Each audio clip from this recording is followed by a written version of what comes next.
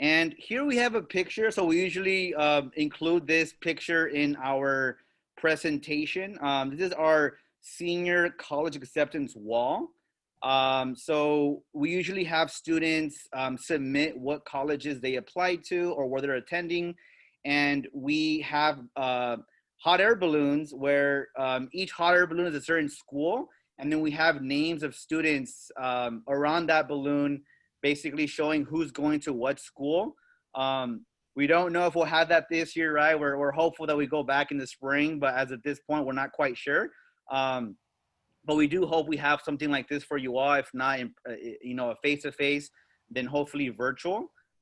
But like it says here, all the places you'll go. So basically, just symbolizing where all of our students will go after high school.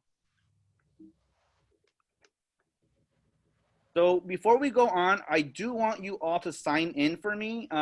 You can either copy or just, I'm sorry, type in the link there to your browser, or um, the chat moderators will be dropping the link in the chat. So you can definitely just click on the link in the chat if that works better for you. We do want you all to sign in. That way we know who was here, who's in attendance. Also, we're able to get a head count of everyone who was here, including students and parents. So I'll give you all a few minutes, maybe about a minute or two, to go ahead and sign in for me, please.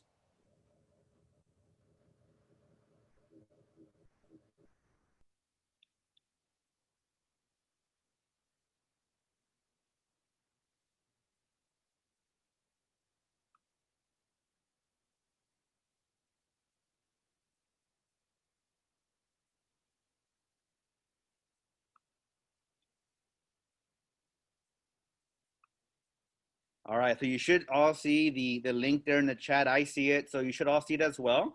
And you'll be able to just click on the link, and it should open up to a Google form where you're able to type in your student's first name, last name, ID number, and then also how many are in attendance with you tonight. We want to get a head count. So we want to know who's in attendance and also what was the group size.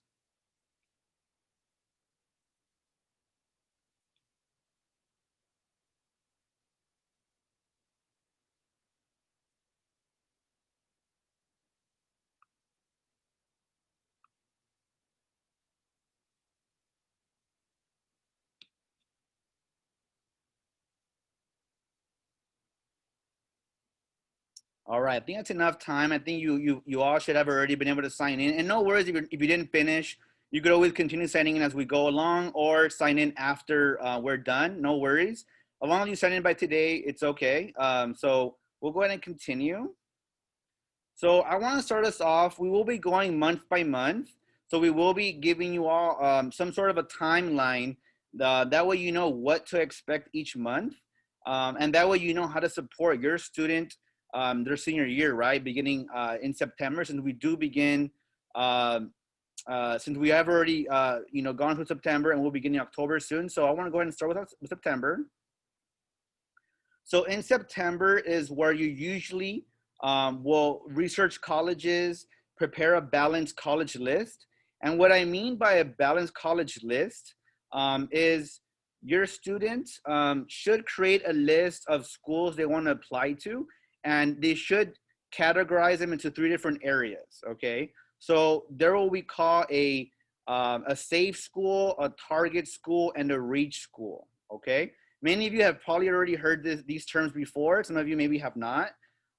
So a safe school is essentially a school where your student's GPA, right, meets or exceeds the average freshman applicant for that campus. Okay, so that's a safe school. It's a school that you feel like, yeah, we have a very, very good chance of getting into this campus. That's going to be your safe school. Okay, your target school is going to be a campus where your GPA is at about the same as the average freshman applicant who's accepted into that campus. Okay, that's going to be your target school. So you fall about the same as the average of those students who get into that campus.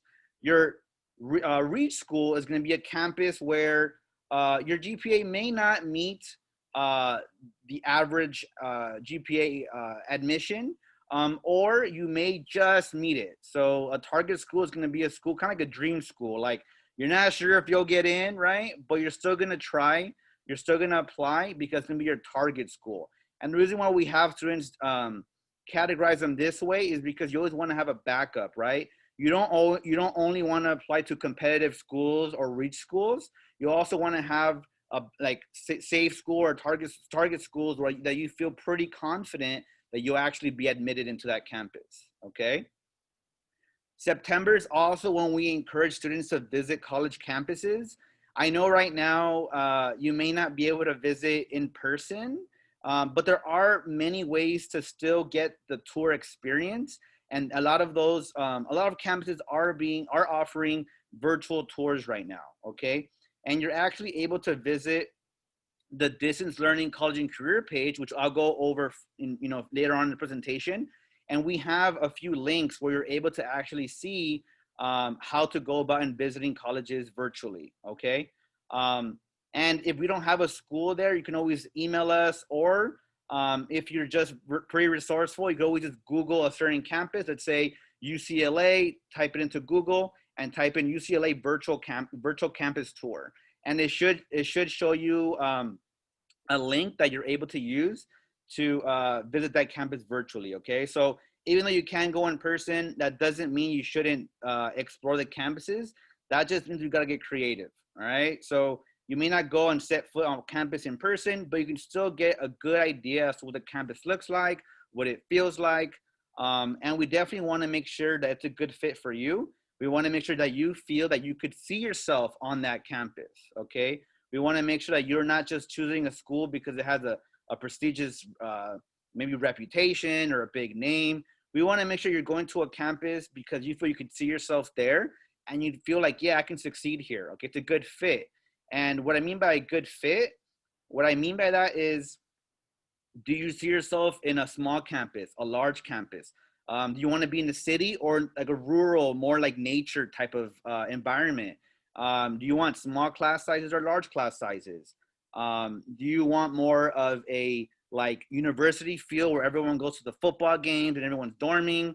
Or do you want more of a commuter type of school where most people don't live on campus, they live at home, right, off campus, and then they go to class and then they go home, right? The commuter campus. So it just depends on what you're looking for.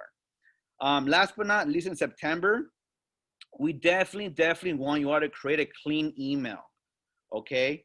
By a clean email, what I mean by that is I want you all to create, and by you all, I mean students, create a clean email, a brand new email that you'll only be using for college purposes, okay? The college application process. We don't want you to use some funky email that you use for like your Instagram or your Snapchat, because you get a bunch of spam on that email, right? You have a bunch of notifications on that email, and colleges are going to be using your email to communicate with you. And guess what? If you have a bunch of random spam email, you're not going to be able to find the right email, right? You're going to be like looking for like, oh, Cal State LA or Cal State Long Beach. Like, where is that email? It's going to be kind of tough. So we want you all to create a clean email, a brand new email that you only use for college applications, okay? It'll make it easier on yourself, and it'll also make it easier on us, because sometimes students come to us and they don't know where an email is. Maybe they're like, I don't have it. I help them look for it and it's there, but they use that email for everything else. So of course they couldn't find it, right? So we want you to use a brand new email. I just can't stress that enough. All right, so then we come to October, right? So this week is going to be the first, the first week of October, right? It's coming up in a few days. So we definitely want you all to know that financial aid is huge in October, all right? October is what we call like financial aid month. So before we go on with that, I do want to take a quick poll. So let me go ahead and open up the poll really quickly.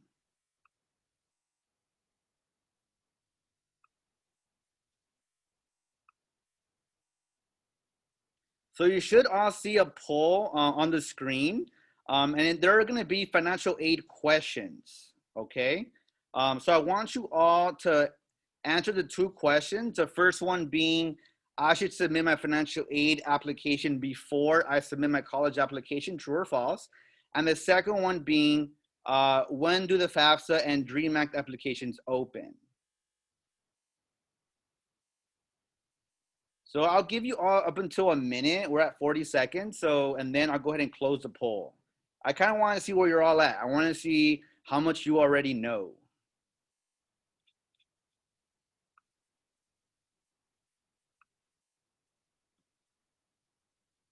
4, 3, 2, 1. All right, I'm ending the poll.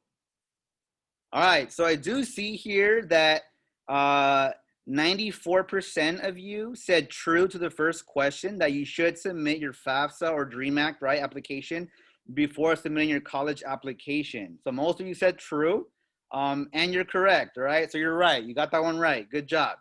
Okay, so you definitely should submit your financial aid app before college app. And the reason being is that a lot of times students think they cannot afford college. They think, nah, I can't go to the 4-year. I got to go to a community college first. And guess what? You don't really know what you're eligible for until you apply for the FAFSA or the DREAM Act, okay? So first, apply for the financial aid application and then see what you're eligible for. And then let that guide the conversation. Let that guide where you want to apply. But don't take yourself out the game before you even start. All right. So definitely do your financial aid apps before college apps. Second question was, when do they open? And the vast majority of you just on fire. You guys got it right. Heck yeah. Good job. So October 1st. Okay. So good job on that. So October 1st is when both apps open.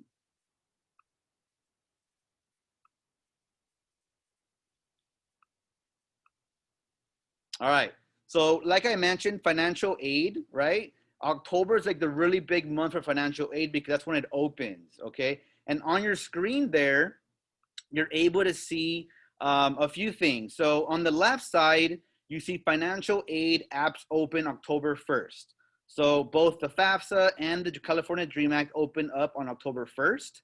And in case you were wondering, like, well, what's the difference between the FAFSA and the DREAM Act?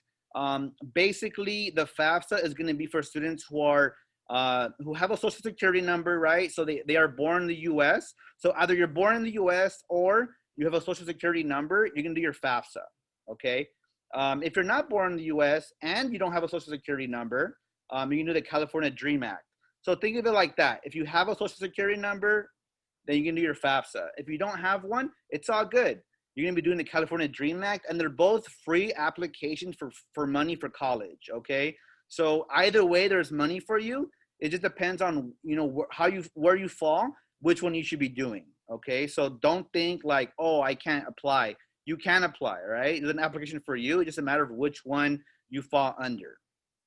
And then on the left side, you also see in red the different websites. So for the FAFSA, it's a two-part process, okay? So when you apply for the FAFSA, you're first gonna be creating an FSA ID, and the FSA ID is essentially the way you're gonna electronically sign your FAFSA, okay? So since you cannot sign it hard copy, right? There's no way of like doing it in paper form. They're gonna want you to sign it electronically, and you're gonna create an FSA ID in order to sign that FAFSA. And you're gonna need one for yourself, FAFSA applicants. So one for yourself, student, right? The student's gonna need one for themselves, and also one parent. And the parent only makes an FSA ID if they have a social security number. If the parent does not have a social, no worries. You just don't have to make one. That's all. So if your parent does have a social, they have to make an FSA ID. And if they already have like an older son or daughter who went to college, then they probably already made one for themselves, parent. So all you have to do is use the same one that you used for your other child in the past. So you don't have to make a new one, parents, if you already have one. You could just use the same one. But all seniors that are doing the FAFSA do have to make an FSA ID, and we want you to all to do that as soon as possible. The second step for FAFSA is going to be the FAFSA application itself, and that's the website there, the fafsa.ed.gov. And don't worry, we'll go over it in more detail. We'll also share links with you all, resources where you're able to go to the websites and determine, find out more in-depth info on each one. But this is like an overview for this slide. And then last but not least, we have the dream.csac.ca.gov. And that's the link that you're going to be using for the California DREAM Act. So again, if you don't have a social security number, you apply for the California Dream Act using that link, and that's how you get potentially, right, free money for college. And then this little table can be a little confusing, but what it basically is, when you're applying for the FAFSA, you're going to be applying for 2 different grants, all right? So FAFSA, you're applying for 2 different grants, the federal Pell Grant and the California Cal Grant. So the federal Pell Grant, the max you can get is $6,345, all right? That's the maximum you can get for the federal Pell Grant. And then for the California Cal Grant, it really depends on where you go. So if you go to the UC, you're looking at about $12,500. You go to the Cal State, your max is going to be $5,742. You go to the private universities, you're looking at about $9,000. Okay, that's going to be your Cal Grant. And those of you who are not doing the FAFSA, but you're doing the California Dream Act, unfortunately, you're not eligible for the federal Pell Grant, but you are eligible for the California Cal Grant, and you can be eligible for those amounts that I listed for the UC, the CSU, and the private university. Okay. And some of you may be wondering, like, well, what if I go to community college, right? So then if you go to community college, they will award you the tuition at, whatever it costs for the community college, right? So since the community college is a lot more affordable, it's more cost effective than the 4-year university, it is going to be less money. Excuse me. So definitely keep that in mind. If you go to a community college, it is going to be less money that you get, but you can get your tuition paid for at the community college. And you could also put it on hold if you really if you really don't want to use it just yet. You're also able to speak to the financial aid office at the community college, put it on hold, and then not use it until you transfer to the 4-year if that's your goal. All right. So talk to us about that individually, make an appointment. We'll definitely help you with that process, but just know those are your options. And also, we do have some parents, some students who are like, man, my mom and dad make way too much money. There's no way I'm going to get any financial aid, right? That's not necessarily true, right? We have the middle class scholarship, and that's part of FAFSA. So the middle class scholarship is part of FAFSA. And if your household income is up to $184,000 per year, you may be eligible for a scholarship of no less than 10% and no more than 40% of your tuition and fees. All right. So there's money for pretty much everyone. Okay. So even if your income is, in the 6 figures, there is money for you. Okay. So just be aware of that. And the award amount is determined by the Cal State and UC depending on where you attend. And then, by the way, we are having a financial aid night October 6th. So October 6th, so next week, right, at 6 p.m., we're going to have that financial aid night. I want you all to be there because we're going to actually have a large group of us, including the financial aid office at Cerritos College, who are going to be helping us. We have a very large group there, and we're going to help you all complete your financial aid application there that night. So if you're like, man, well, how do I even do my FAFSA or my Dream Act? Like, how do I get that going?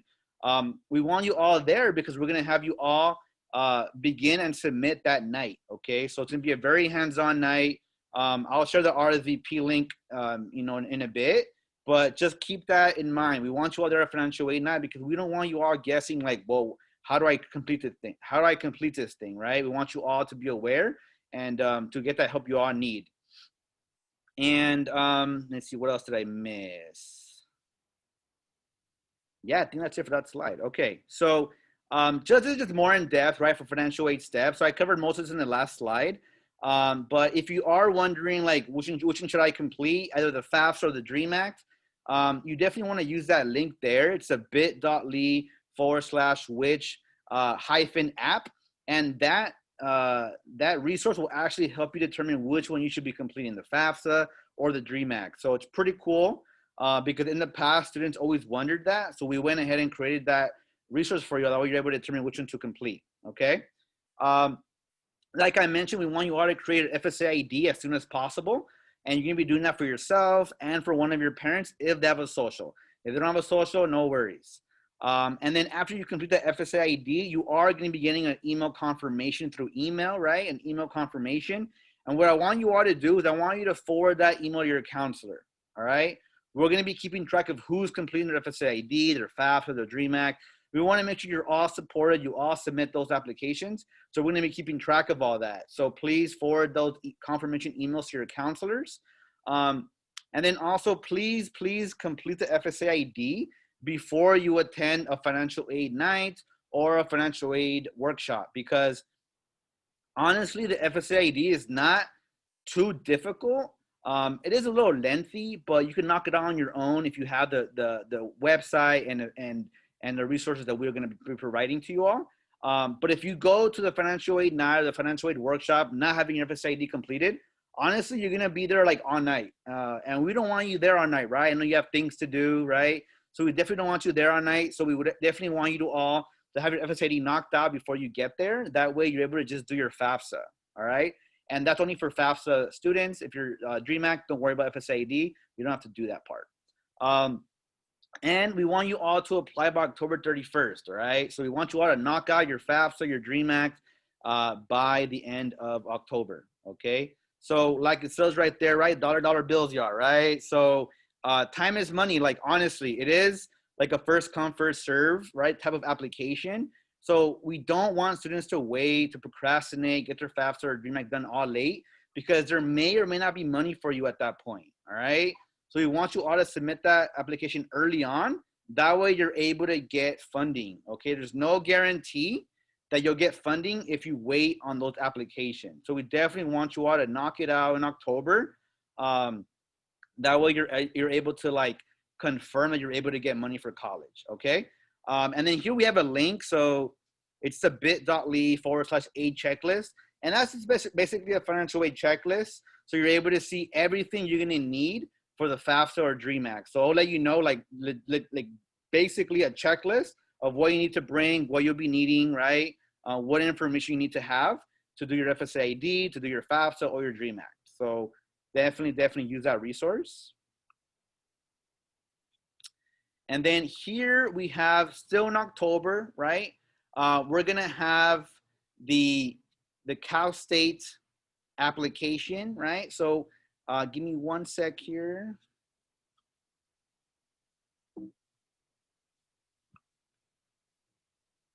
Okay, sorry about that. So in October 1st, right, in case you were all wondering, well, when can I apply for the Cal State?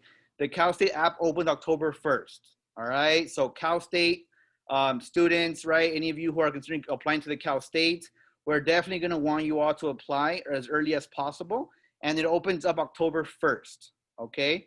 So there's a website, the calstateapply.edu. That's where you're gonna go to apply for the Cal States. And the fee waivers are actually embedded within the application, okay? So in case you were wondering, like, well, how do I get a fee waiver for the Cal State? How do I know if I can apply or eligible for the Cal State application waiver? They're gonna ask you on the Cal State application, you know, your household size, your household income.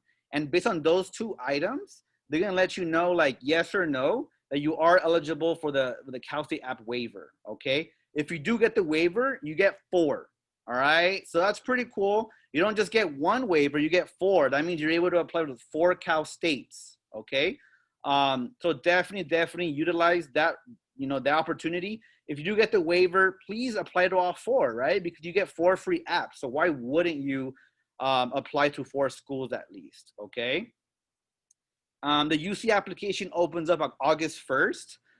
So that already opened a few months back, but you're actually not able to submit the UC app until November 1st, okay? I would strongly encourage you all, if you haven't already done so, please begin working on your personal insight questions. So the UC application requires you to write 4 personal insight question responses. They go by PIQs. You may have heard of them before.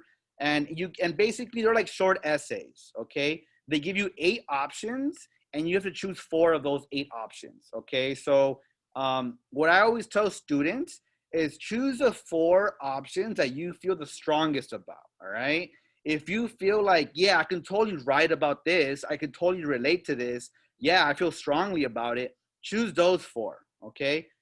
Don't choose the ones where you're like, man, what am I gonna write about? What am I gonna say to this one? Yeah, scratch that one. Don't choose that one, okay? Choose the ones you feel strongly about. Choose the ones that you feel you can resonate with. Like, yeah, I can write more about this one, right? And then sometimes I get students asking me like, well, which ones are better? Is there like one that's favored over the others? Honestly, no. There's no like favorites. They don't prioritize the 8 options. It's really up to you. They want to get to know you better because they can't really get a full picture with just your grades, right? Your GPA.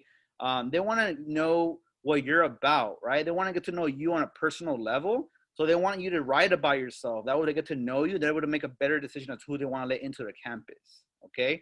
So choose 4 that you feel strongly about. Um, and then in a bit, I'm going to go over the application workshops we'll be having for both financial aid and for college apps. And we definitely want you all to attend and get that help for both financial aid and college apps. If you need one of us to review your personal insight question, if you want one of us to review your application, whatever it is, we want you all to feel comfortable. Just ask, right? Request a Zoom meeting, shoot an email, whatever it is, attend our workshops. We want you all to get the help, okay? Even though we are in virtual learning, distance learning, we want you all to know that we're still here, we still care, and we want you all to feel supported and feel like, yeah, I got this, all right? Senior year, yeah, it's a lot of stuff, it's a little tough, but I have help, okay? I have people who care and people who can help me get through this year. So we want you all to know that. There on the screen, you do have the link, right? The website you'll be using to apply to the UC, the admissions.universityofcalifornia.edu. That's the website.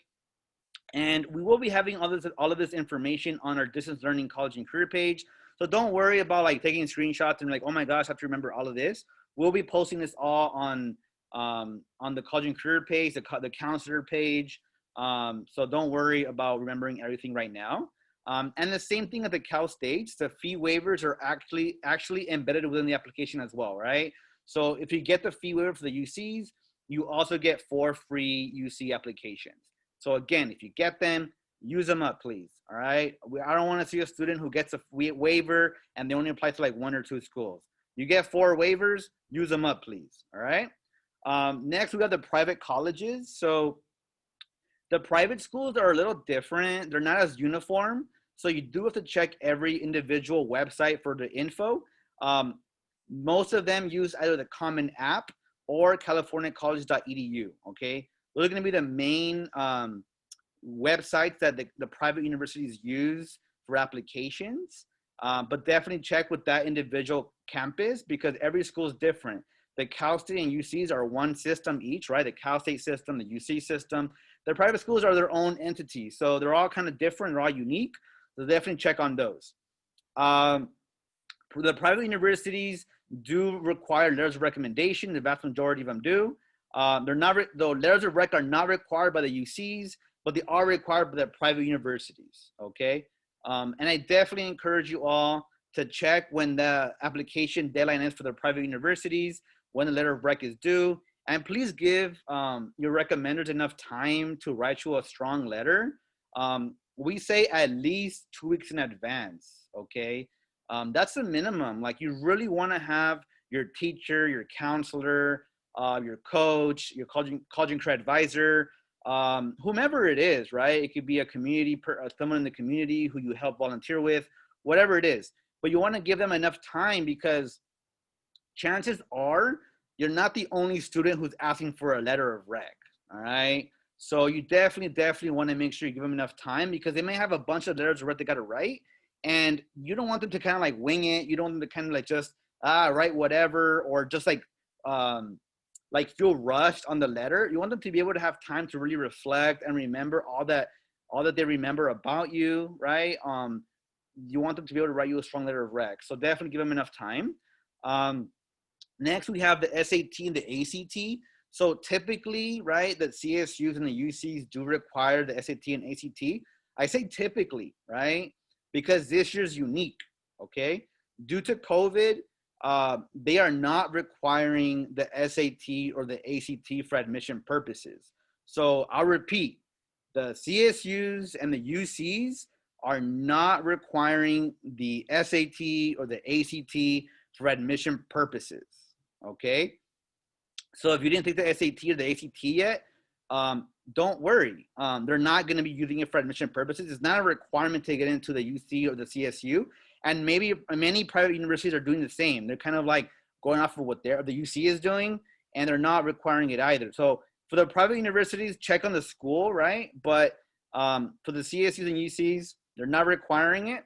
But what they may use it for, all right, here's a little like little insider. What they are using it for, potentially, depending on the campus, is for placement purposes, all right? So some CSUs, some UCs may use the SAT or the ACT for placement purposes.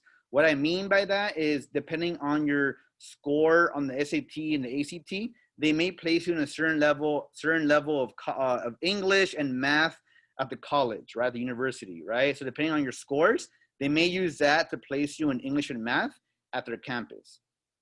But if you didn't take it already, like I wouldn't stress out about it. It's not being required, okay? So just want you all to know that. And then fee waivers, right? If you were eligible for the SAT or SAT fee waiver, for the SAT, you would get 4. So you would get 4 free fee waivers. That means you're able to take 2 subject SAT tests and 2 non-subject SAT tests. And then there you have Mrs. Dusan's contact info. There's her email. She's the SAT and ACT coordinator, okay? So she's our coordinator. She's like the go-to for everything SAT, ACT. So definitely reach out to her if you have like more like in-depth questions about the SAT or ACT. And for the ACT, you would get 2 fee waivers if you did qualify for the waiver, okay? And then in October, we want you all to continue visiting campuses virtually, right?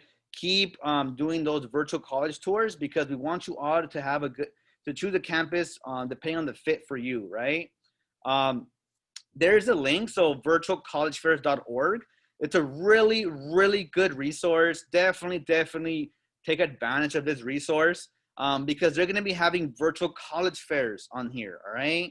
They're going to, if you click on that link or type into your browser, you're able to see the different dates that they're having the different virtual college fairs. And I know they're having a few in October and then a few in November. So definitely utilize that. Although you may not be able to, go to an in-person college fair, a virtual college fair could be pretty cool and it can be pretty beneficial and informative, right? You're still able to speak to different college reps and kind of get more info on each school depending on their requirements and their majors they have, okay? So definitely utilize that resource. And then we're gonna have one more poll. Let's see here. So I do want to see where you're all at. I want to see how informed you currently are. So let me see here. All right. So you should see 2 polls there. They're about college apps. So the first poll is when is the UC app deadline, and then the second one is when's the CSU or Cal State app deadline. So I'm curious. I'm really curious. I already see that there's multiple answers here, like multiple popular responses. So keep it going, guys. Keep it going.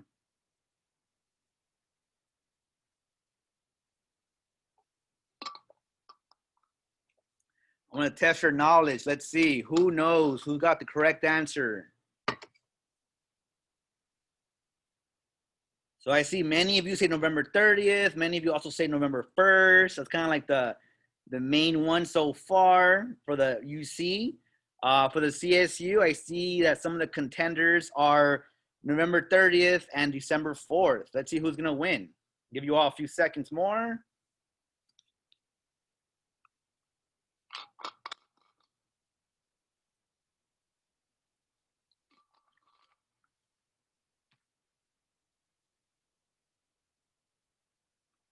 All right, we have 84% of you all already submitted. So I'm gonna go ahead and end the poll and I should show you all the results here. So you should all see my results or your results really. So when the UC app deadline, all right, so the vast majority of you said November 30th for the UC app deadline, all right? And I hope you feel confident about that because you're right. Yeah, November 30th. That's gonna be the UC app deadline, all right? So you have until the end of next month for the UCs.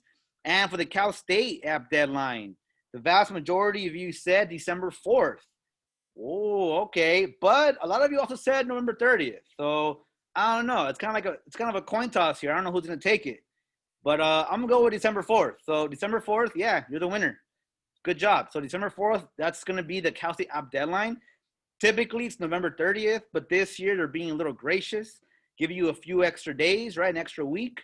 So December 4th is going to be your Cal State app deadline. So good job, you got that right. All right, so we got November, okay? So like I said, November 1st is when you're able to begin applying for the UCs, okay? You're already able to work on those PIQs, like I mentioned, the personal insight questions, but not until November 1st are you able to actually submit the UC application, okay? There's the website again. And like I mentioned, most of you got that right. November 30th is going to be the UC submission deadline. So you only have 1 month, essentially, right, to submit the UC app. November, that's all you have. So definitely start working those PIQs because that window will be here before you know it, okay? Time flies like that. I mean, we all know it. So we do want you all to plan ahead, though, even though it does say November 30th. We want you all to submit your UC app by November 20th. And typically I'd ask you all why I'm saying that, right? Since we are virtual, it's a little hard to ask that question. So I'm gonna go ahead and answer that for you, okay? November 20th is gonna be the last day before Thanksgiving break, all right? So November 20th is the last school day before Thanksgiving break, okay? So a lot of times, actually every year, we get students who are on Thanksgiving break and they're like stressing out because they have not submitted their UC app.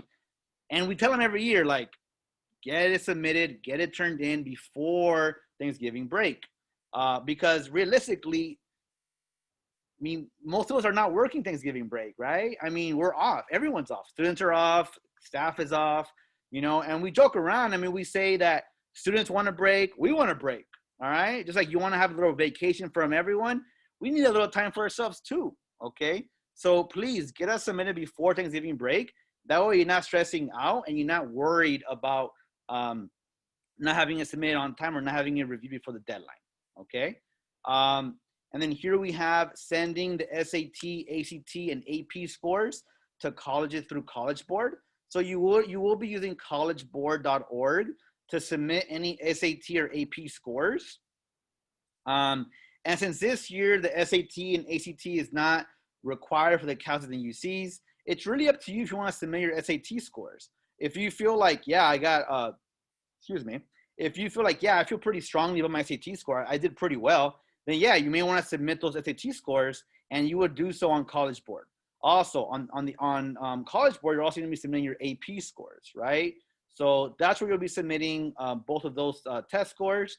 And then a quick tip, the CSU code. So in case you do want to submit your scores to the Cal States, you're going to want to use the code 3594 to apply, to send it to the Cal State. And by you sending it to that one code, every single Cal State that you apply to will also receive your scores. So it's pretty cool because instead of having to pay for each submission, you only pay for one, right? Or if you have the waiver, you don't have to pay for anything. But if you do have to pay for it, you only pay for one Cal State by using this code, opposed to having to do it individually, okay?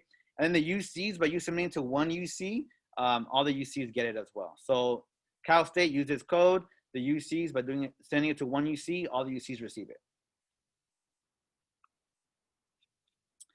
All right, then we get to December, all right? So Christmas time, right? So December 4th. Like I mentioned before, that's gonna be the Cal State submission deadline. So you only have until December 4th to do your Cal State app. December is also when you will be completing your local scholarship application. Generally, we have the two counselors who oversee the local scholarship. And in December is when you would do that local scholarship. And I would definitely encourage all seniors to submit their local scholarship because we have so many generous scholarship donors, basically, who are able to donate a lot of money, actually, for student scholarships. And a lot of times, students don't always take advantage of that. So we tell students, do the local scholarship because that one local scholarship actually opens the door to so many other scholarships. That one local scholarship is linked with so many scholarships that by you doing that one local scholarship, you're actually applying to a bunch of other scholarships in the Downey area, okay? Also, there's different websites you can use for scholarships, all right? So students always ask like, oh, I want to apply for scholarships, but I don't know how to do it. Where do I go? So here you have a few options. So fastweb.com, scholarships.com, latinocollegedollars.org, e4fc.org. Those are just a few options. And then you can also see more scholarship sites and scholarships listed on our distance learning page, okay? So our college and career distance learning page, which the link is in front of you there. That's where you're able to go to see more scholarship opportunities. And each website's a little different, but for the most part, you're gonna be creating a profile. So it'll be like your basic information, what grade you're in, any sports clubs you've been a part of, anything like that. And then they'll give you a list of scholarships that you're eligible for based on what you inputted, okay? So based on whatever you input, they're able to give you a list of scholarships you're eligible for, and it's up to you to apply to each one individually, okay? Some of them require an essay, and sometimes students are like, Mr. Calderon, like, I don't want to apply because I already do essays for my English class. Why do I want to do more? I mean, do your English essay pay you money? Do you get money for doing your English essays? No, right? So why wouldn't you apply for a scholarship, do an essay, and maybe get paid? Okay, so definitely take advantage of that, because by you doing a short essay, you may be able to win some money. So why not? And then the cool thing is that a bunch of those scholarships are actually asking the same question. Like, a lot of them ask very similar questions, have very similar prompts. So you're able to recycle your responses. You're able to tweak them to the scholarship, but a lot of them have very similar criteria, very similar questions. So you can actually apply to several of them using the same response, just tweaking it a little bit to that scholarship. In December is also when you'll be submitting your private university applications, okay? So for those of you who are considering applying to the private universities, right, private colleges, December is when you would be applying, well, not when you're applying, but with the deadline essentially for the private universities, okay? And like I said before, Common App is the website, the application website that most private universities use, but do check with that specific private university because, like I said before, they're all a little different.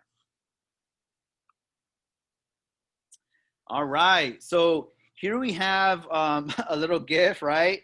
Fall grades. Like, a lot of times students are like surprised. They're like, whoa, that's what I got, in spring semester. And it's like, yeah, I mean, weren't you paying attention? Weren't you meeting with a counselor? You could always use Student Connect, right? You're able to see what your current grade is. So we definitely want you all to pass with a C or better, okay? And we don't just want you to pass with a C or better. That's actually the A through G requirement, all right? So the Cal States and the UCs are expecting you to pass every single A through G course with a C or better, all right? It's not recommended, it's required, all right? So definitely make sure you all pass every single A through G class. I mean, every class, right? But especially your A through G classes with a C or better, because your application to the Cal State, to the UC, to any school, it's a contract, all right? You're basically saying like, yes, this is what I'm taking in the fall. This is what I'm taking in the spring, planned. And I'm saying I'm going to pass all my classes with a C or better. And when they admit you, they're admitting you based on what you say you're going to pass, all right? So you definitely want to make sure you pass with a C or better, and then report any changes ASAP. What I mean by that is, let's say on the application you say, all right, I'm going to take a certain class in the spring, and let's say things happen, things change, you meet with your counselor and you want to take a different class instead. You definitely want to report that to your university that you applied to, because they need to know exactly what you're taking in the fall and in the spring, okay? It's a contract, so they're expecting that whatever you say you're going to be taking, that when they get your final transcript, it's going to say exactly what you said you're going to be taking. So if anything changes, please speak to the admissions and records office at whatever schools you apply to. All right. Then we get to January, all right, 2021, okay? So January is when we kind of we kind of change gears, we kind of shift a little bit. In the fall, we focus very heavily on the four-year universities. And in the spring, we focus very heavily on the community colleges. We still support students with the four-year apps, right? We still support them with all that, but we definitely want to start helping students that are applying to the community college as well. So in January, when we usually begin doing that. So the vast majority of our students who apply to the community college apply to Cerritos College, right? So we partner with them, and we have what's called a Cerritos Complete program. And the Cerritos Complete program, essentially, it's a program that provides students with 2 years free tuition. So again, 2 years free tuition. And they also provide counselors that only work with Cerritos College, Cerritos Complete students, okay? So it's more individualized counseling. So you don't have to fight with everybody else to meet with a counselor. You have Cerritos Complete counselors that only work with that population, the Cerritos Complete students. So it's pretty nice because you get more individualized counseling attention, and you also get priority registration, all right? What that basically means is that you're able to pick your classes, you're able to register for your classes before everyone else. So that's pretty cool, because if you don't already know, college classes can get full pretty fast, okay? And if you're able to get a priority registration, please take advantage of that, because you're able to ensure that you get into those classes that you need, especially in the general eds, right? The general ed classes that you must take at the college level, specifically English and math. Everyone needs to take English and math, and those get full really fast. So if you're able to get prior registration and get those registered before everyone else, it really, really helps you to transfer in those 2 years that we usually talk about for community college, okay? And then on that note, if you are attending a four-year university, there are ways to get priority registration at the university. You're able to be part of like different programs, like honors programs, EOP. There's many programs that I'm not going to go over tonight, but if you did want more information on how you can get priority registration for the four-year university, please message us, shoot us an email, and we'll definitely help with figuring out how you can go about and getting priority registration while at the university once you know what school you're going to be attending, okay? And we're going to be having the virtual parent night. So on January 20th at 6 p.m., we're going to have a virtual parent night for the Cerritos Complete students.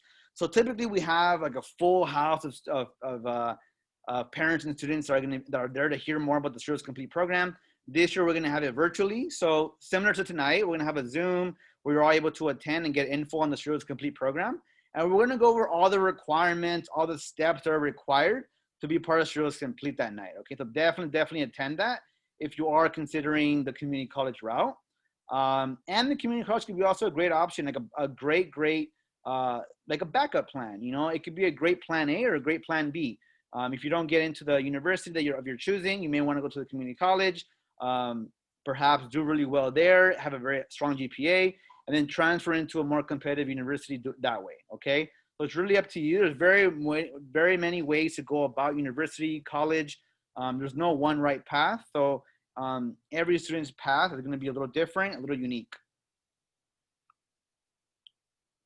All right.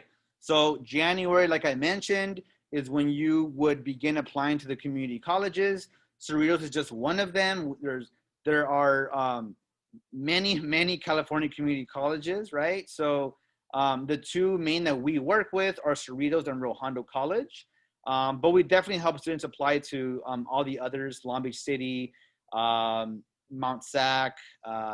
We help students apply to any school that they're interested in applying to. But the way you would apply to the community colleges is using the link there. So it's a cccapply.org. That's California Community College Apply.org, essentially.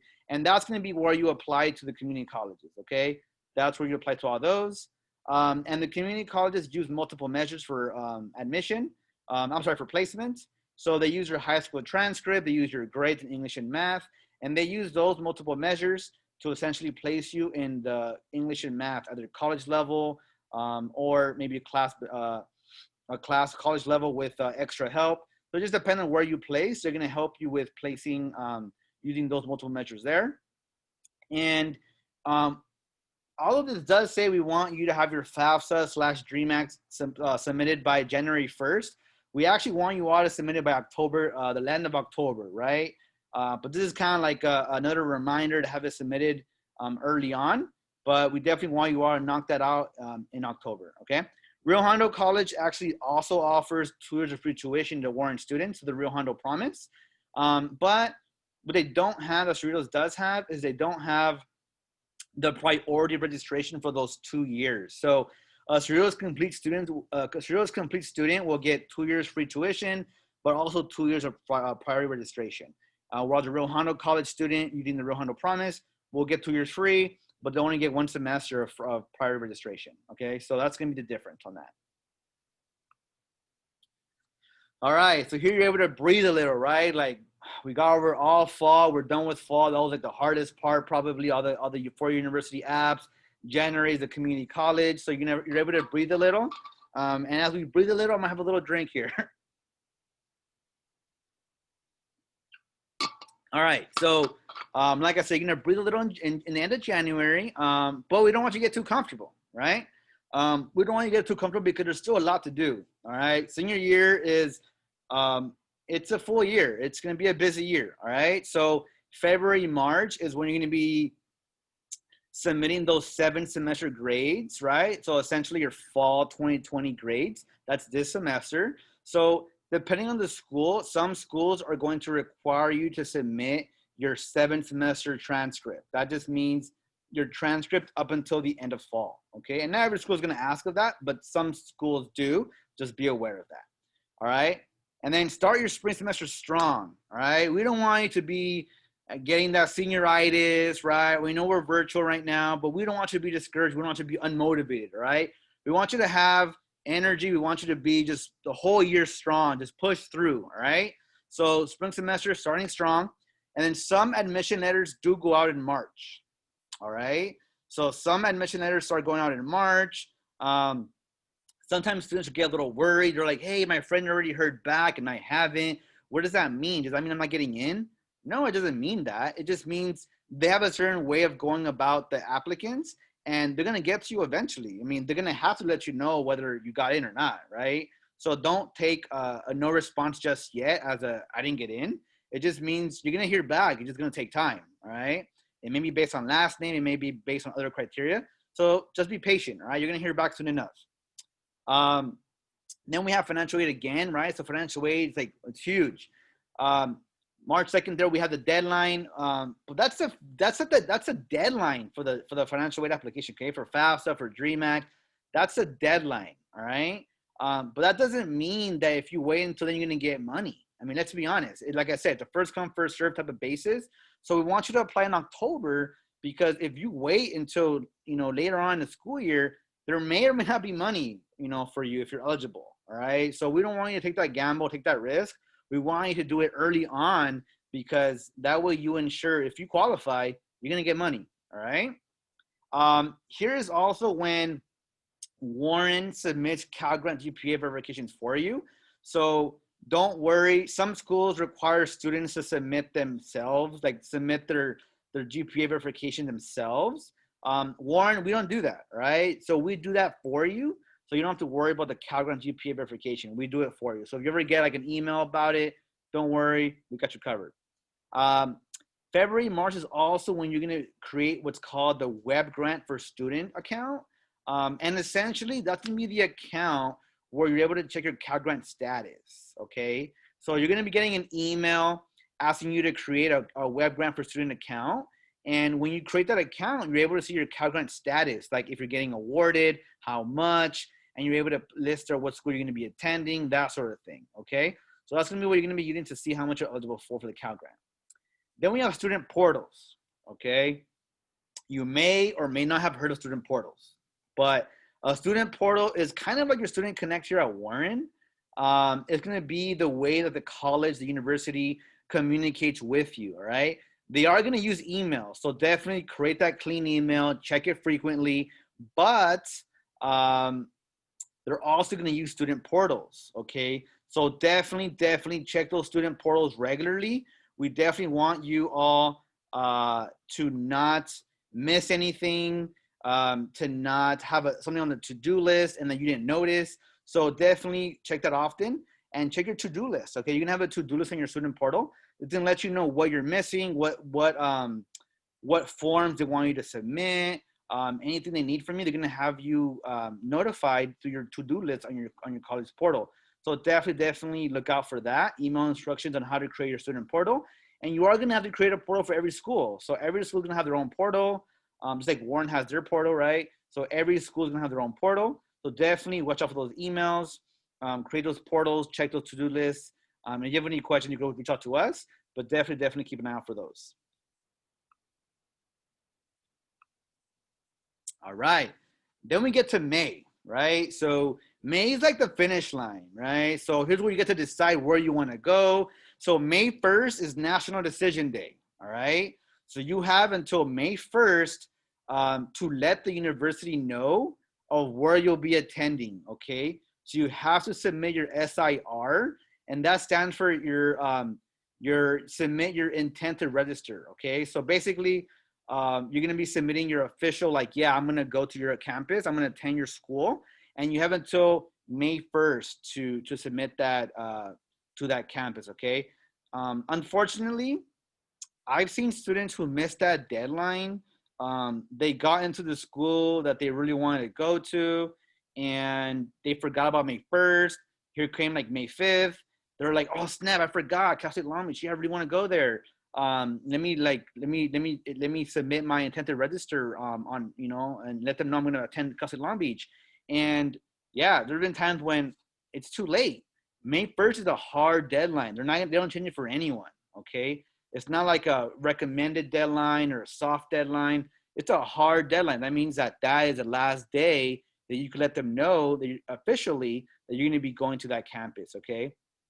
And you do that on the portal. All right. So on the campus portal, the student portal, you're going to be submitting that by May 1st. So yeah, please don't wait. Don't forget, mark on your calendars, because unfortunately I've had students forget. And it's sad because they got in, but unfortunately their application admission got rescinded. It got taken back. AP test, right? So May is also when you register, you take and pass your AP exams, okay? We don't want you to just take your AP tests. We want you all to pass your AP tests, okay, your AP exams. So definitely is when you do that. And once again, this is where we want you all to pass all of your classes, A through G and not A through G, all right? We want you to take and pass all of your classes. And May is also when you request your final transcript, okay? So May is when you request your final transcript from the Warren registrar, okay? So the registrar, named Ms. Chowdhury, right? You'll be working with her soon enough, and you're going to be working with her on requesting the final transcript, okay? May is also when you graduate, right? So, we say you made it, right? You made it to the finish line. You worked hard all 4 years, right? Especially senior year. And basically you make it to that finish line in May, end of May. And here's a quick reminder, like, this is just a beginning, right? Like here you have, this young kid with a little like Tommy, right? Tom the Train, little backpack. I'm sure you all remember when your son or daughter, right, was about that age going to kindergarten for the first time. And it's kind of like that, right? You're gonna have to like kind of let them go a little bit, become more independent, and go to college, or wherever their goal is after high school, right? But it's just a beginning, right? Soon enough, you're gonna have to, pretty much see them on their way, right? Their next step in their journey. All right. So here we have a few college and career upcoming events. So we're going to be having those financial aid workshops that I mentioned before for FAFSA and DREAM Act every Monday and Wednesday. So Mondays during students' lunchtime, 11:40 to 12:30, as well as 2 to 3, which is right after school. And then Wednesdays from 12 to 1, which is right after school as well. And then there's a link. So bit.ly/aid shop. That's going to be the link that students will use to RSVP for the workshops. After they RSVP, they will be emailed the Zoom link that we'll be using for the financial aid workshops. So definitely RSVP, that way you're able to get the Zoom link. And also that way we know how many to expect and who will be submitting their FAFSA, their DREAM Act. That way we know how to help students out once they get there. Those start next week.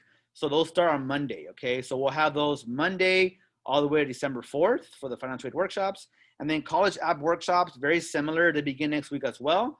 Tuesdays and Thursdays, lunchtime and right after school. So 11:40 to 12:30, 2 to 3. And then there's a link, bit.ly/WHS College App. And there you're able to see how to go about RSVPing for those 2 workshops, as well as the financial aid night. So although we do want you to go to the financial aid workshops, we really want you to go to the financial aid night on October 6th at 6 p.m. because we're going to have a large group, a large team of staff that are going to be helping you all with your financial aid applications that night. DREAM Act, FAFSA, whatever it is, we got you. So we're going to help you that night. We do need you to bring a few things though, and I'll show you a few resources in a bit that will help you determine what to bring that night. But a quick FYI, you will need to bring social security numbers for whoever has them. So if you're doing the FAFSA, we're gonna need the social security number. We don't need it, right? But the student is gonna need it to apply for the FAFSA, right? Because it's gonna ask them for that. So a student must bring their social security number. We're also gonna have to know their parent's social security number if the parent has one. If the parent doesn't have one, it's all good. You can still do the FAFSA. So if student has a social, parent doesn't, it's all good. Student can still do the FAFSA.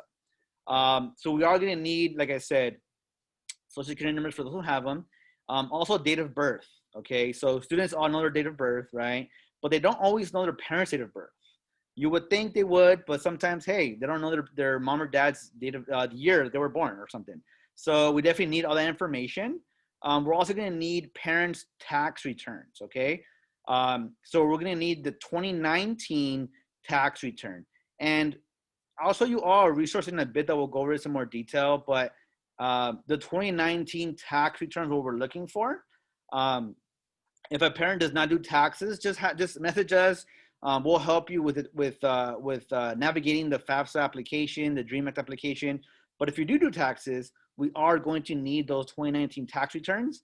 And it's not because we're nosy, right? It's not because we want to know like how much the students' parents made or anything like that. It's a requirement by FAFSA, right, or DREAM Act. They need to know how much the household income was because they want to know if they're going to be eligible or not. So if you're deemed, if you're within that income range, you're going to be given financial aid, and if you're not, then you may or may not, right? So that's why they need that information. And then there you have that link for the financial aid night.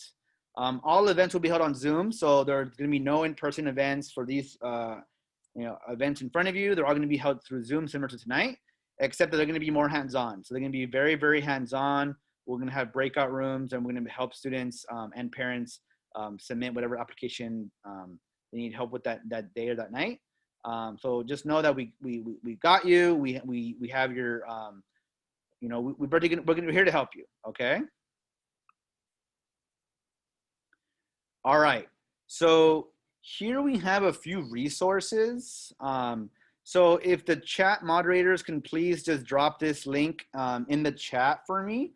It's gonna be the bit.ly/CC-Link-X or CC links.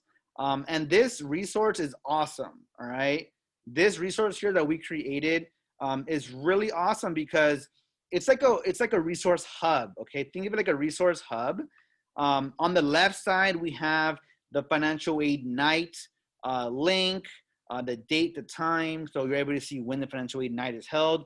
We're going to have more financial aid nights, but we definitely want you all to attend the first one because, like we said, first come, first serve, right? So we don't want you to wait on that and maybe not get any money.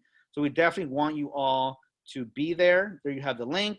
You have the next 2 green squares. You have the financial aid and college app workshop links.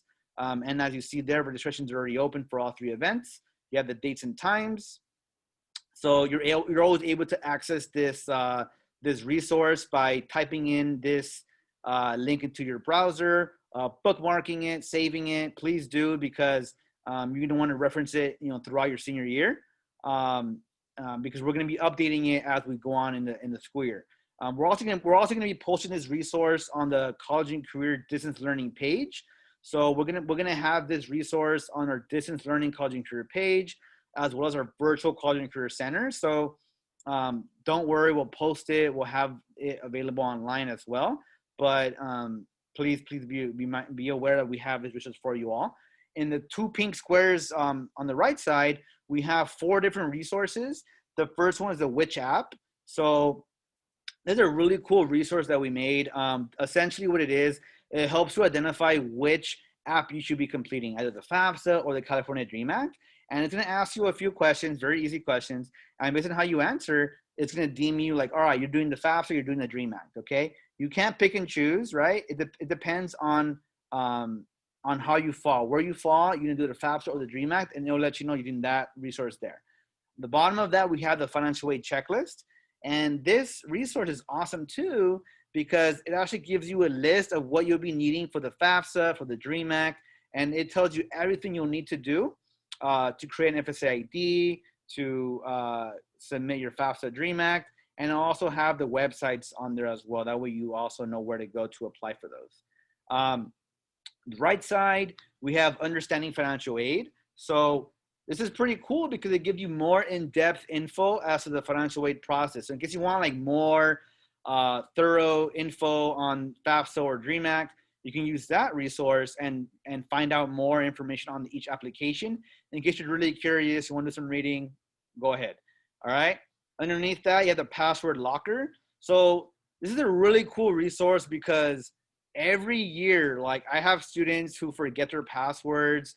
They forget their FAFSA, their FSA password, their Dream Act password. They forget their portal password, username, right? So this password locker, when you type in or you click on that link, it's gonna ask you to make a copy of the Google Doc, and then you're gonna actually have your own copy, and it'll allow you to actually type in your username and password for different things, college portals, FSA ID, FAFSA, Dream Act. So you're able to save it, store it all there digitally. And that's awesome because even if you write it down, a lot of times students still lose their piece of paper or whatever, right? So by having a digital on Google Drive, they're really able to save other stuff in one place, and only they're able to see that information, so it's safe, okay? So that's pretty awesome. Please use that resource. In the bottom, we have 2 more resources. They're in purple, right? First, we have the College and Career Distance Learning site. So I've been mentioning this College and Career page the whole night pretty much. There's a link for that. And we've worked really hard to have a pretty interactive, pretty informative distance learning College and Career page. So please visit that throughout your senior year, parents, students, because we're going to be posting different resources there. We already have many there as we speak. And we're going to have different events, deadlines as well posted there. So please visit our College and Career Distance Learning page using that link there. The right side, we also created what I think to be a pretty cool virtual College and Career Center. So we try to make it fun, interactive. We have our Bitmojis. So each one of us has our Bitmoji, our own office, different resources. So please visit us. Since you can't visit us, unfortunately, in person right now, currently, we definitely want you all to visit us virtually. So a cool way to do that is by going to our virtual College and Career Center. And you can also make a Zoom request on there. We have the link to make a Zoom request to meet on Zoom and go over whatever it is you need help with. Our emails are also on the virtual College and Career Center. So please stop by. Just check us out. All right. I also want to promote the CarPay College Pathways student course. That's a really long way of basically just saying CarPay college episodes, right? So we're going to have a series of episodes, college access episodes that students are able to take advantage of. So there'll be about 5 different episodes, and each one running at about half an hour each, so not too long. And we're going to have students learn more about the college app process by visiting each episode or watching each episode, okay?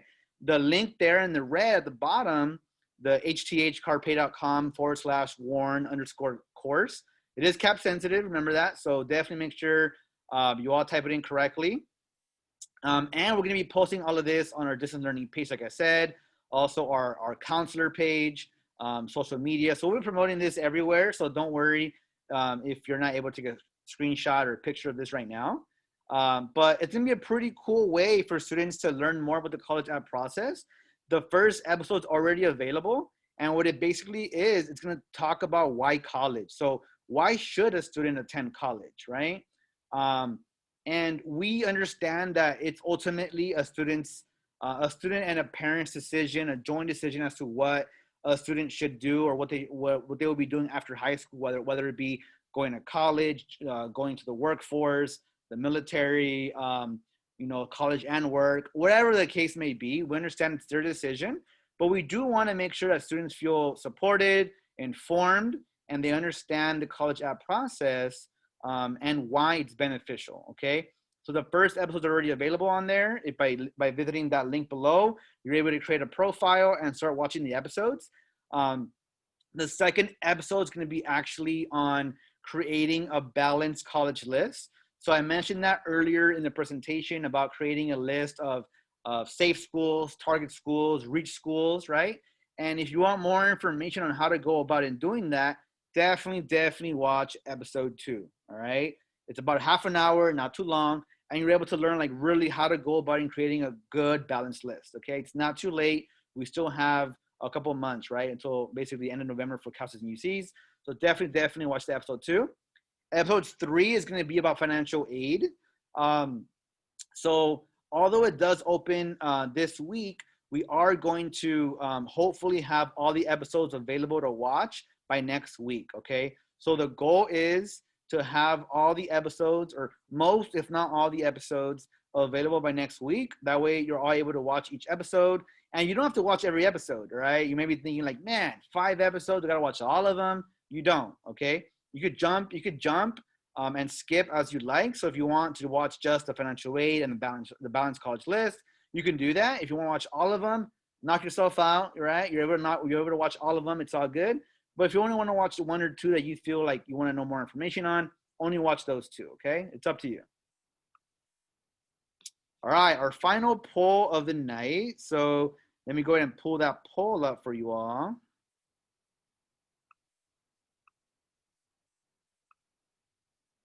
All right, so you should all see the last poll of the night. So the question is, how can you receive more info on college and career topics? And it's multiple choice, so you're able to choose as many as you'd like, whichever ones you think that you could use to get more info on college and career.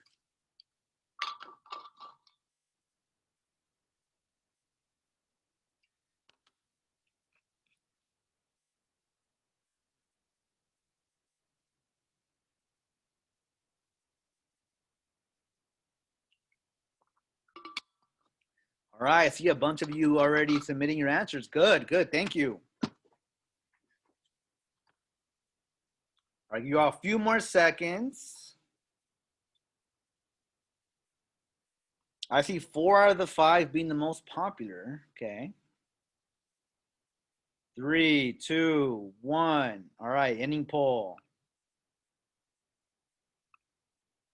All right, so I see that the vast majority of you chose visiting the distance learning college and career site, okay? And you're right, okay? But actually you're all right, okay? You're all correct, because you could actually learn more about college and career, right? More information, but by using any of these options. You could email one of us advisors, right? College and career advisors. You could speak to your counselor. You could visit the college and career site. You could visit the college and career center virtually. You could follow Warren High School on social media. So we're going to be posting a bunch of information on all these different avenues, different mediums. So they're all good options. You can actually do them all. Okay, so good. So good job, everyone. And I just want to thank you all again, especially parents, well, students too, right? Because you're all here. I'm sure you're all tired from being on Zoom all day, every day. And I get it, I get it. The Zoom fatigue is real, so I want to give it up to students as well. I don't want to leave them hanging. I don't want to leave them out, because even though, we are requiring you to attend classes, you're not required to be here tonight, and you're actually taking the time to be here tonight. which means that you want to learn more about college, your college, that college app process, more about senior year. So thank you, students, for being here, and thank you, parents, again, because I know that most of you, if not all of you, probably work tonight, either at home or at your workplace, and you're still here because you care about your son or daughter, right? Your student. So thank you for being here. Here you have our, our Bitmojis, right? So I'm Mr. Calderon again, and the other college and career advisor is Mr. Perez. So we're the two college and career advisors that typically work in the College and Career Center. We're not in person. We're not working in person right now, right, on campus, but we are working virtually. So we're the two advisors. There you have our email. So you could always shoot us an email, always ask a question. Don't hesitate. Don't be shy. We want to help, okay? We want you all to feel supported. Yes, we're virtual. Yes, we're distance learning, but we're still here, all right? We want you to feel as supported, if not more supported, than you normally would if you were in person, all right? And at this point, I'm actually going to basically take questions. So I know the chat moderators were moderating the chat. They were answering the questions you guys had along the way.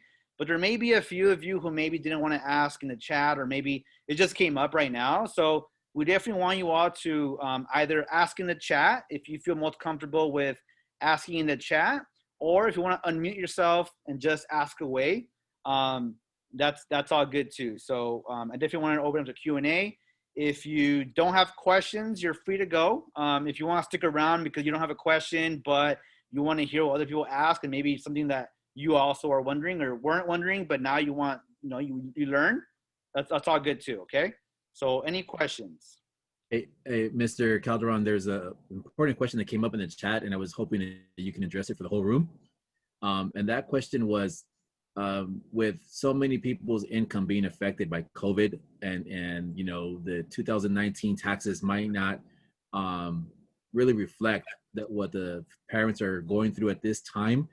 That's a big concern as to how that might impact the financial aid for the students. And if you can provide an answer or some kind of guide as to how that can be looked at when the students apply. Yeah, and that's a great question. I get that every year.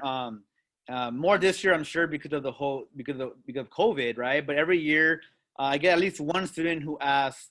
I know they're asking for previous year's income tax return, but this year, my mom or dad is working less, making less, whatever the case may be, or making more, right? If that's the case.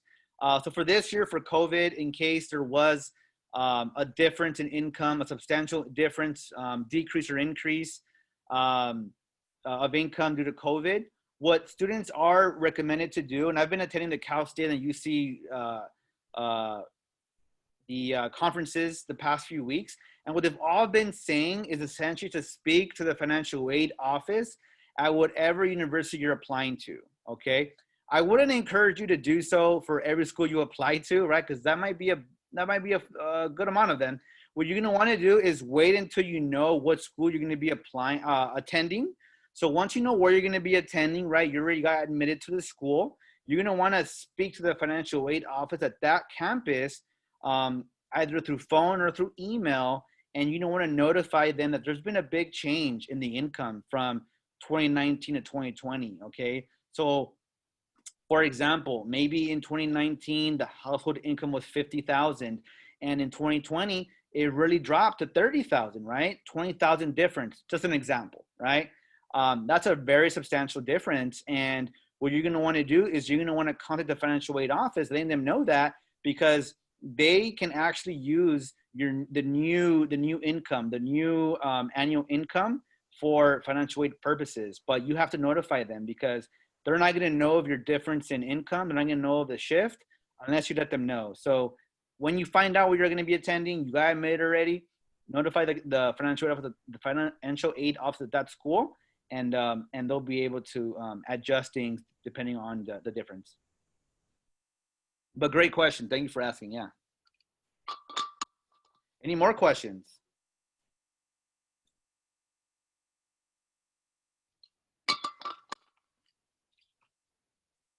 David, there was another question. A student asked what will be covered during the college application workshops. She's asking if they will only review the college essays. Yeah, great question.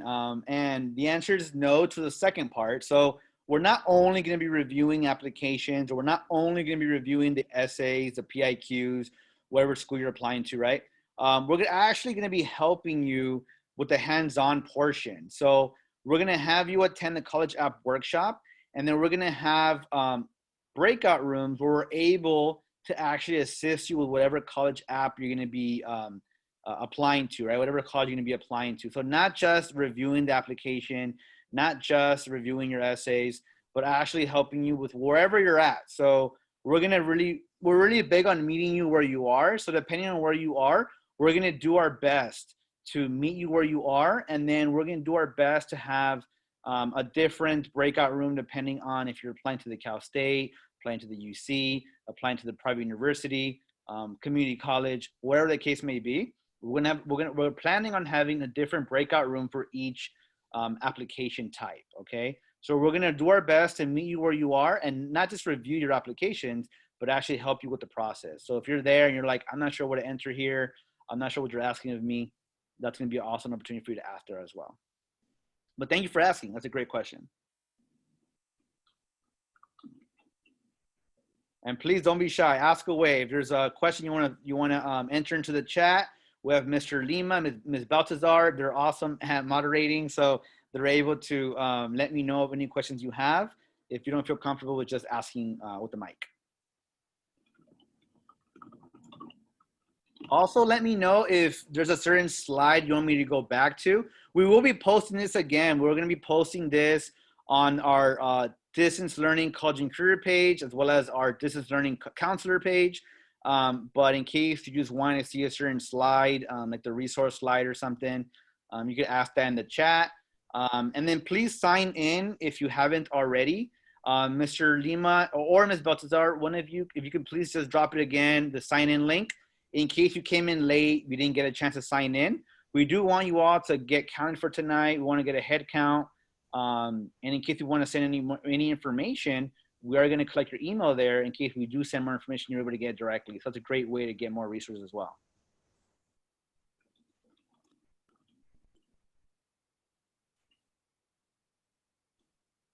And if Mr. Lima or Ms. Baltazar, if you have any questions that you feel, or anything you feel that we didn't cover tonight and you feel that parents could benefit from, feel free to ask me as well.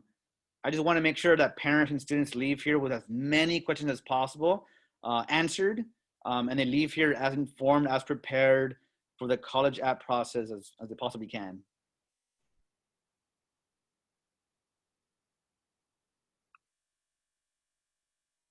I think just the one thing to highlight is for parents and students to know that there's help, right? Like Mr. Calderon said, there's times we've worked with students from the first page of the financial aid application or the college application and worked all the way through and answering questions.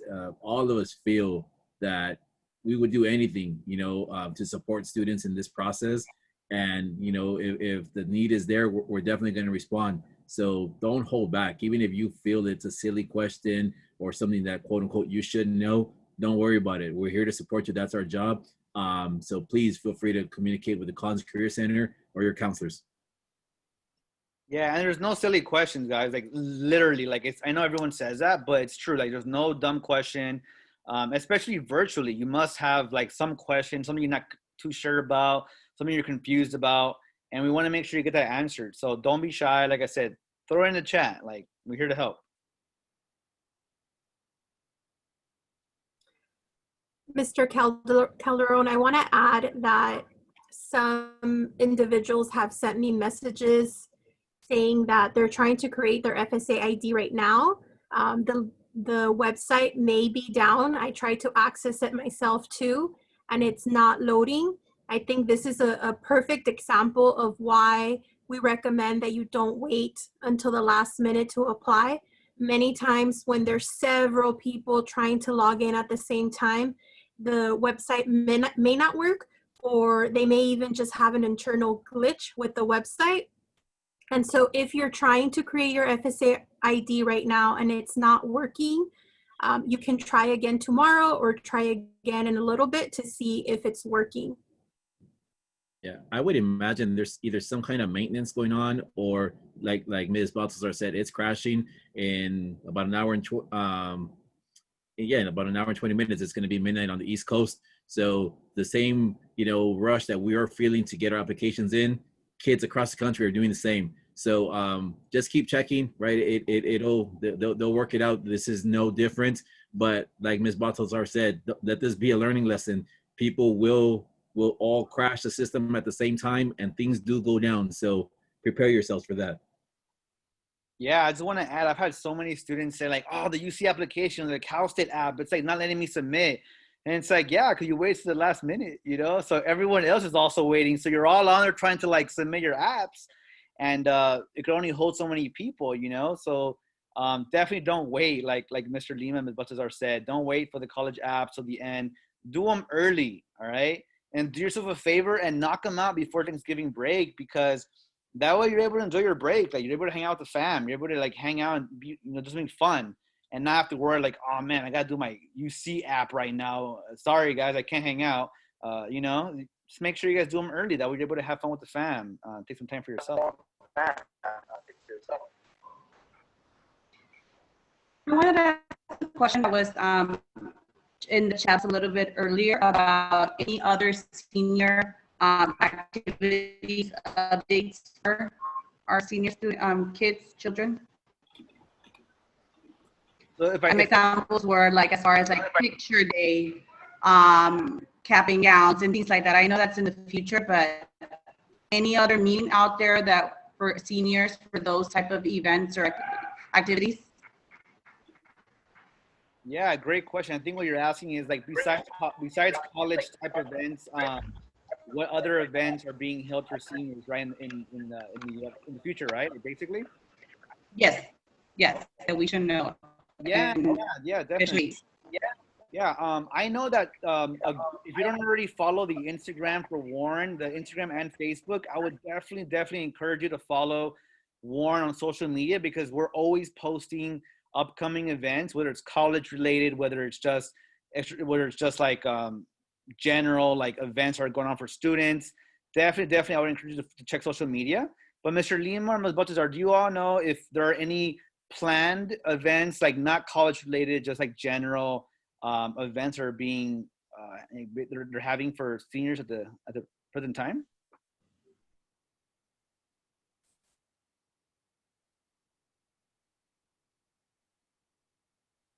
Doing the go loose. Yeah, it's like a deer in the headlight. Like, which one? Go ahead, Mr. Lima. Yeah, the only thing that that I have right now is because we shared that information today regarding the senior portraits, right?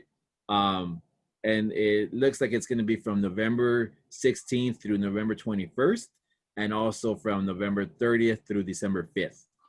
So again, that was from November 16th through the 21st, and again from November 30th to December 5th. Mr. Calderon, they're asking if you can go to the slide with the information about help with the college applications. Yeah, for sure. That's going to be this one here. And actually the better one, this is a good one, but this is better because this has everything. So you have the financial aid night info on the left. You have the financial aid workshops and college app workshops in the middle there in the green, and you have a bunch of other resources there. So I'll leave it here. I think it's a good slide to have for you all to see. Excuse me. And then the bottom there, you have the link. So the bit.ly, that's going to be your best friend. So definitely bookmark it, favorite that link, because that's going to be an easy way to just access whatever resource we're going to be having throughout the year. And once financial aid is, once like the college apps season is over, we'll be changing this up. So we're going to be adding to this. And we actually have a second page to this that we're actually working on. So there's going to be like the main page, but we also have a second page to that.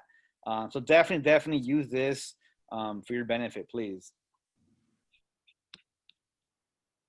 There's another question. Should we wait to fill out the FAFSA until October 6th? So great question. I would not encourage students to wait until October 6th.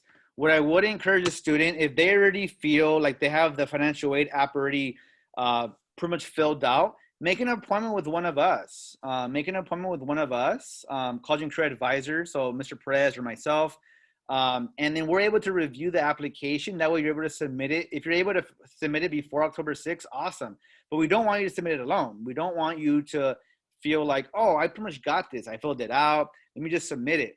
Because every year I have many, many students who submit it on their own. And then they have issues later on where their Cal Grant GPA verification does not link with their whatever they put on the FAFSA. We have schools asking students to submit certain forms to verify their income. We just have all kinds of issues because students sometimes submit on their own. And even if you have an older sibling or you have someone in the family who went to college and you're like, well, I'm gonna use my own example, right? So like my tío or my tia, right? My aunt or my uncle, they went to college. I can just ask them. But the thing is, guess what? The app process changes every year, right? Financial aid changes every year, and so does the college app process. It changes every single year. And especially this year, because of COVID, everything's different. So we definitely want you all to have one of us review before you submit that application, college or financial aid, TREMAC or FAFSA, doesn't matter. Have one of us review that before you submit it. But great question though. Any other questions? Now is the time.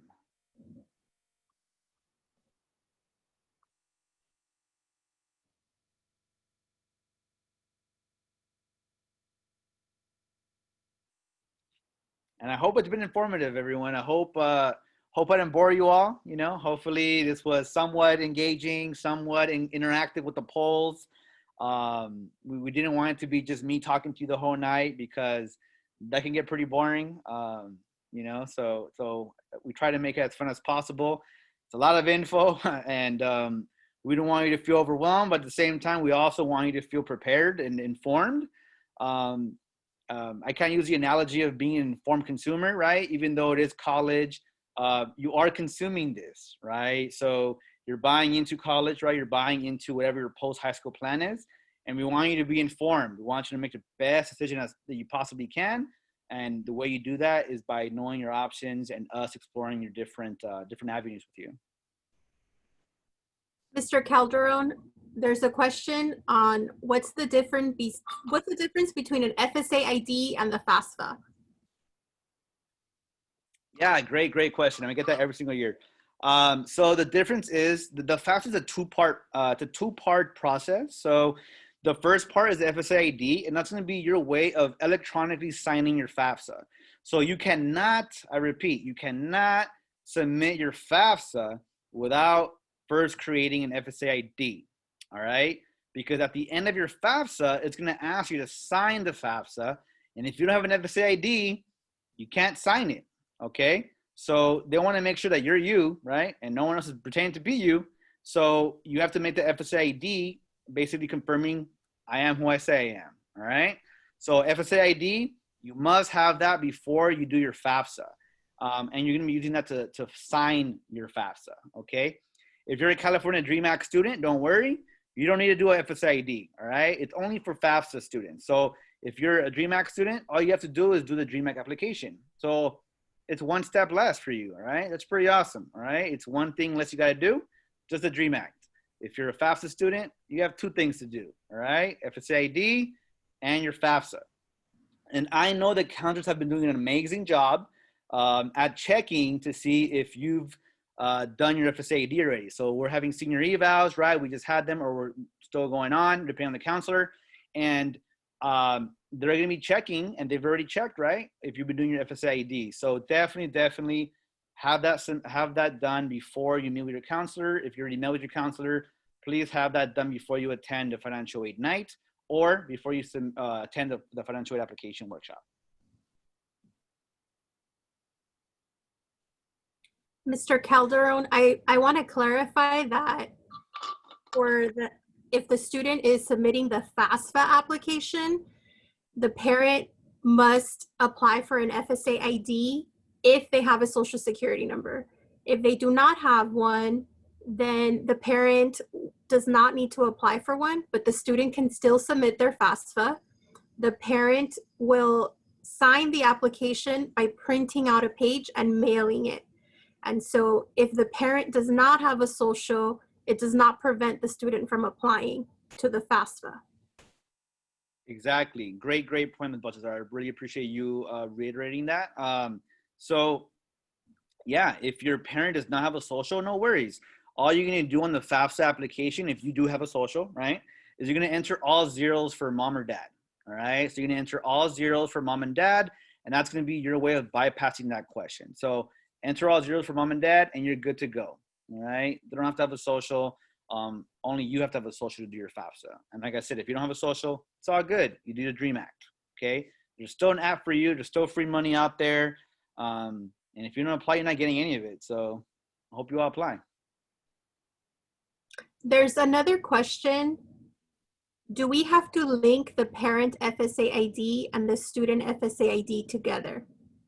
Yeah, good question. So you're not going to link them per se, but what you are going to do is you're going to use each FSA ID, so student and parent, to sign that FAFSA, right? So at the end of the FAFSA, it's going to ask student to sign it using their FSA ID, and it's going to ask parent to sign it either using their FSA ID if they have a social. And if they don't, it's all good. All you have to do is print out the signature page and mail it in.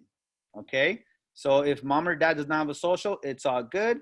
They will just have to print out the signature page and mail it in. It'll let you know right there and then the address, and you just mail it in old school. All right. So you don't do it. They won't be able to sign it electronically if they don't have a social, but they still sign it, hard copy, mail it in. And then that way, a student is able to still get money for college even if their parent doesn't have a social. It's all good. Did that kind of answer the question, Ms. Baltazar? All right, sweet. Oh, there's a follow-up question. Can we email it or do we have to mail it? Yeah, great question. So unfortunately, it has to be snail mail. I know, who does that anymore, right? Like, yeah, I don't know. I don't know if I've ever mailed out a letter. No, I probably have, but just kidding. But you have to do it snail mail, right? So you're gonna have to do it traditional, right? Traditional style. So you're gonna have to mail it in hard copy. And it'd be nice if you could just email it, but unfortunately, you have to do it old school. So mail it in. And if I could piggyback right there on that point, Mr. Calderon, Yeah.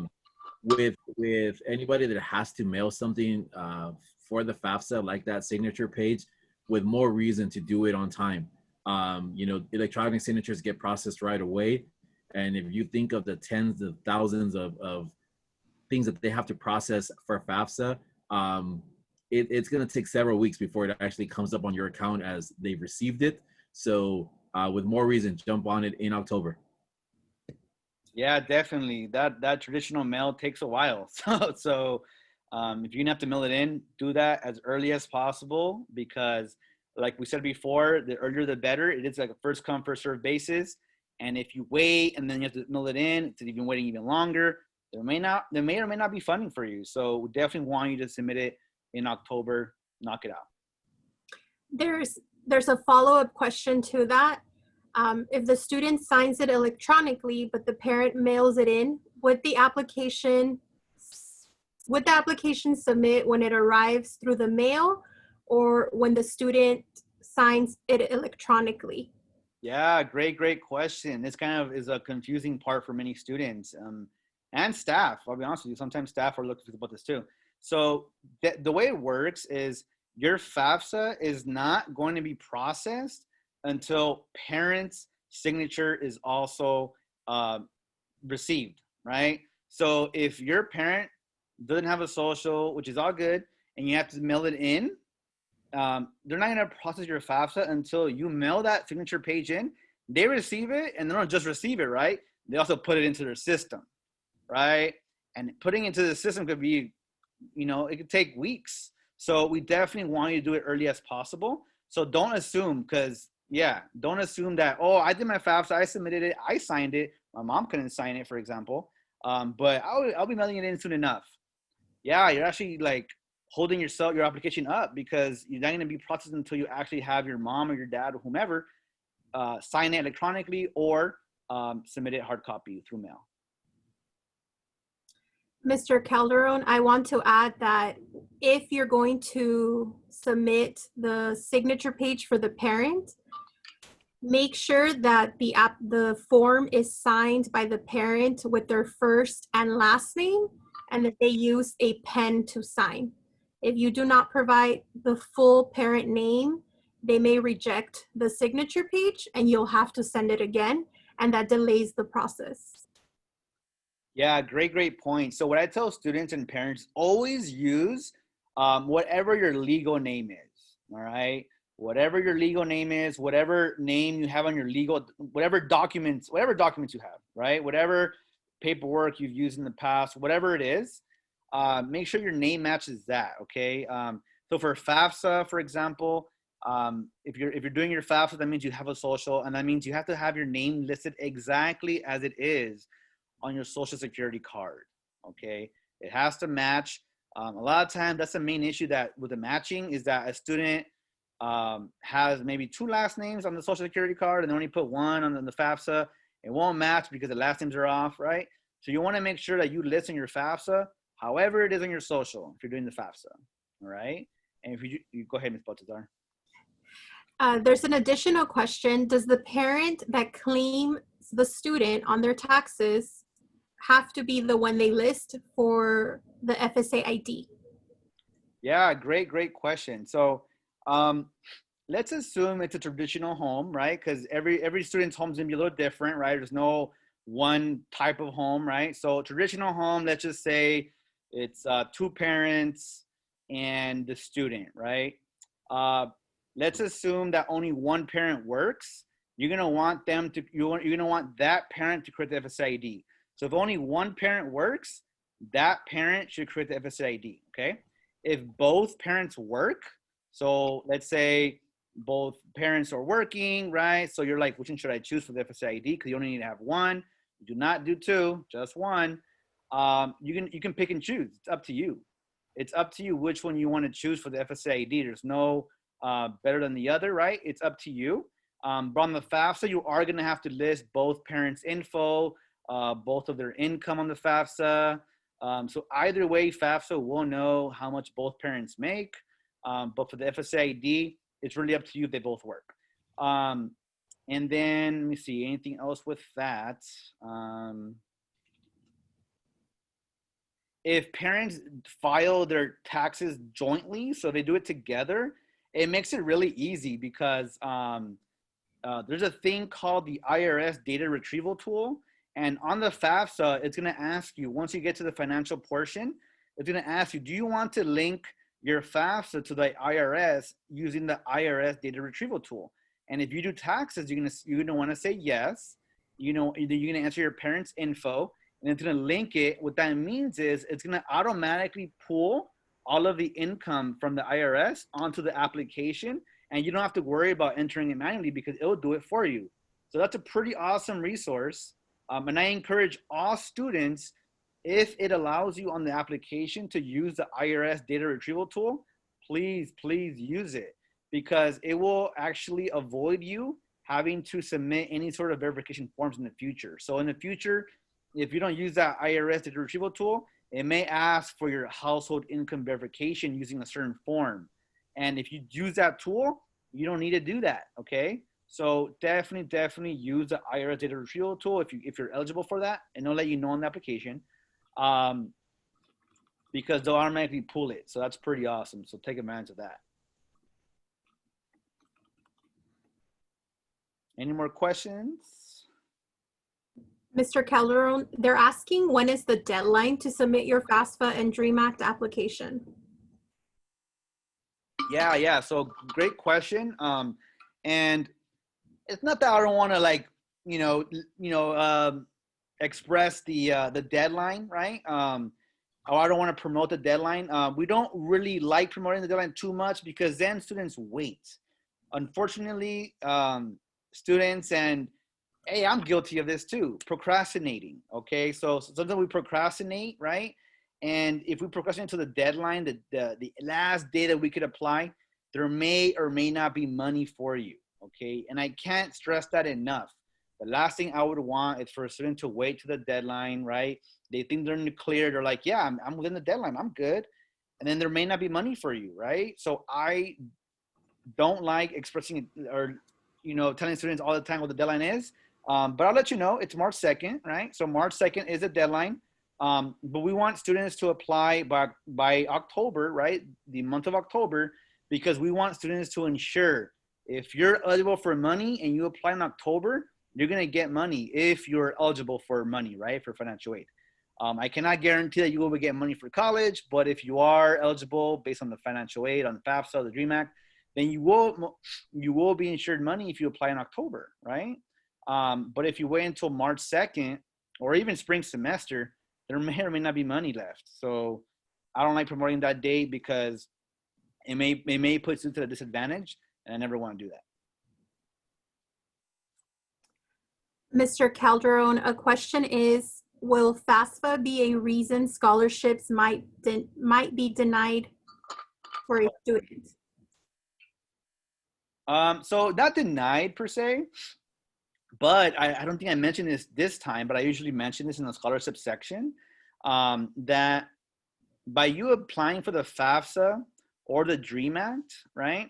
And even if you're deemed high income, you're not meeting the requirement, let's say for financial aid, by you doing your FAFSA or your DREAM Act, you're actually also eligible for school-based grants. So every school has certain school-based grants that you may be eligible for, and they use a FAFSA to see if you're eligible for those grants. So if you don't do your FAFSA or your DREAM Act, you don't do it, you're like, parents make too much, I'm not gonna get anything anyway, right? You actually may be shooting yourself in the foot because those school-based grants, you're not gonna be considered for, all right? So you'll only be considered for those school-based grants. That's free money, right? Grants means free money. You'll only be eligible for those and considered for them if you do your FAFSA or DREAM Act. So even if you're high income, do your FAFSA.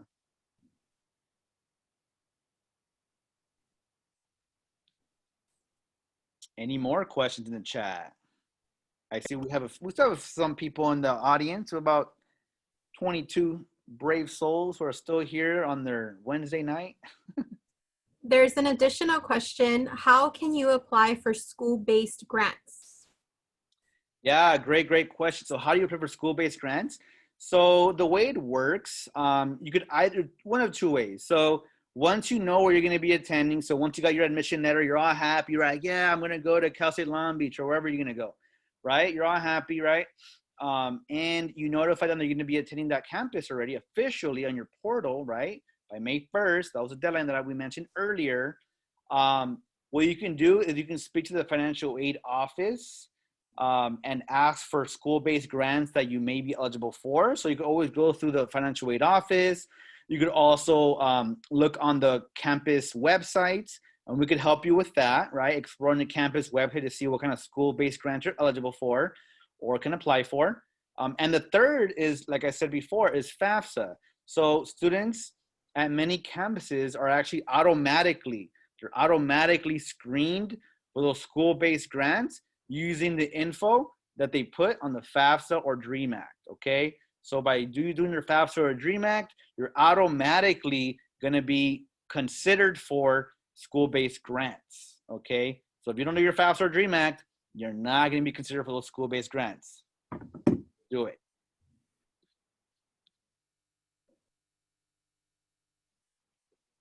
Any more questions? We can go all night.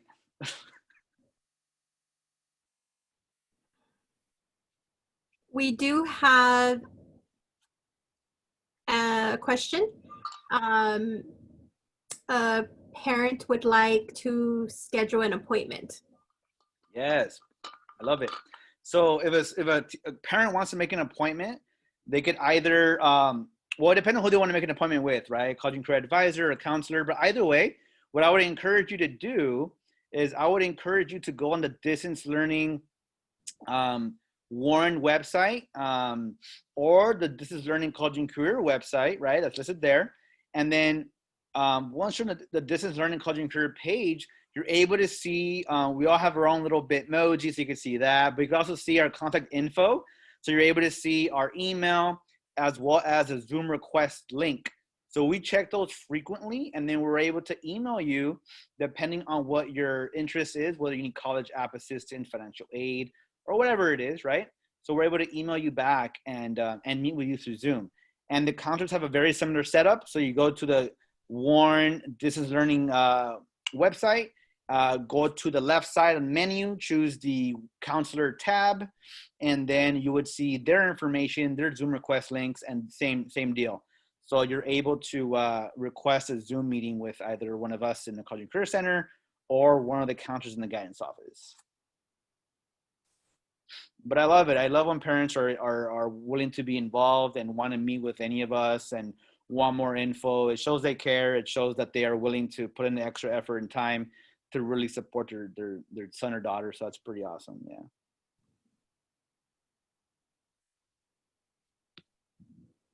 Any more questions? I definitely don't want to keep parents and students up, too late on a school night. So it's already 8:05. We plan to be here from 6 to 8. So we're already 5 minutes past, but it's all good. We wanted to make sure you all had your questions answered. We wanted to make sure you all left here as prepared as possible, right? And definitely this will be just the beginning, all right? Warren, counselors, Warren College and Career Center, we're here to help you all, okay? Don't think that we're distance learning like, oh, I'm on my own. No, we're gonna have workshops. We have our emails or Zoom requests, and we're gonna have many more events. So definitely check us out on our distance learning pages, social media, and we'll definitely be supporting you all throughout your whole senior year. And thank you again for attending. Really appreciate it. So we'll call it a wrap. So thank you everyone for coming. Take care.